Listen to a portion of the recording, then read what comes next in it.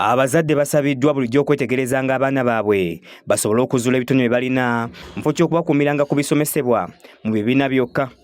Amagezi gano gaweereddwa omubaka omukyalo wa disitulikiti wa Kiso Beti Ethel Naluyima bw'abadde wamu n'abakulembeze ba disitulikiti abakyadde ow'omwami w'essaza erya Busiro Ssebwana Charles Kiberu Kisiriiza ne Tulya Bukadde butaano n'emitwalo 95 nga za kuyambako mu kutambuza ttiimu y'omupiira y'essaza lino ng'egenda okuzannya fayinaali ne Buddu mu mpaka ez'amasaza. Naye ate nsaba twongerenga abazadde okulaba abaana baffe talanta ki ze basobola okukozesa mu bulamu buno.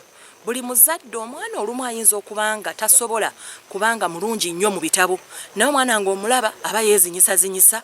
Omubaka Naluyima ayanjulidde Ssebwana olutalo lwe baliko mu paalamenti olw'okulaba nga bannayuganda ennangamuntu bazifuna watali kusasula yadde omuno gw'ennusu ng'ayogere ne ku kyendagamuntu okubanga zigereddwa akaseera. N'ensonga y'okusasuza bannayuganda ate emitwalo 2 kubanga otunulira kati abazadde bange abali mu butale n'otunulira abazadde ne bannaganda bange ne bannyinaze nabo bakyeya ebya booda we biraba ebizibu ebibituuseemu n'abatakisi bakyatawaana. Ssebwana Kisiriiza asimye abakulembeze ba disitulikiti eno olw'enkolagana gye balina n'Obwakabaka bwa Buganda era n'abasaba okugenda mu maaso nayo wamu n'okuwagira ttiimu ya Busiro wamu n'okulwanira obutonde. Twagala okukolagana wamu ne central government abakulembeze tukolagane n'abami b'Abakabaka tusobole okubeera nga Busiro eno tugiza mu kifo kyayo kyerina okubeeramu. Abami ba Kabaka baliko ebintu ebyenjawulo basabye birenga bikolebwa gamba nga okusaawo omutemwa mu kanso ogudda mu bakulembeze ba Kabaka nga boogedde ne ku butonde bw'ensi obusaanawo.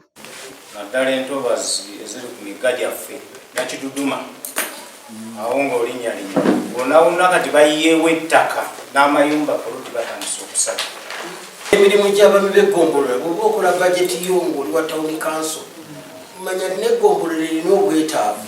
Ye ssentebe wa disitulikiti wa Kiso Makyalo nga Bwanika asabye Ssebwana okubatuusizeewo akatikkiro okusaba kwabwe nga baagala babeewo ekikolebwa ku bakulembeze abeesimbawo ensangi zino. Balondebwa ku mulembe guno tuli bafu bayitirivu basebo ne bannyabo sebo w'ekitiibwa mugende wakatikkiro oba mukitwala mu kibiina kikolwa Buganda.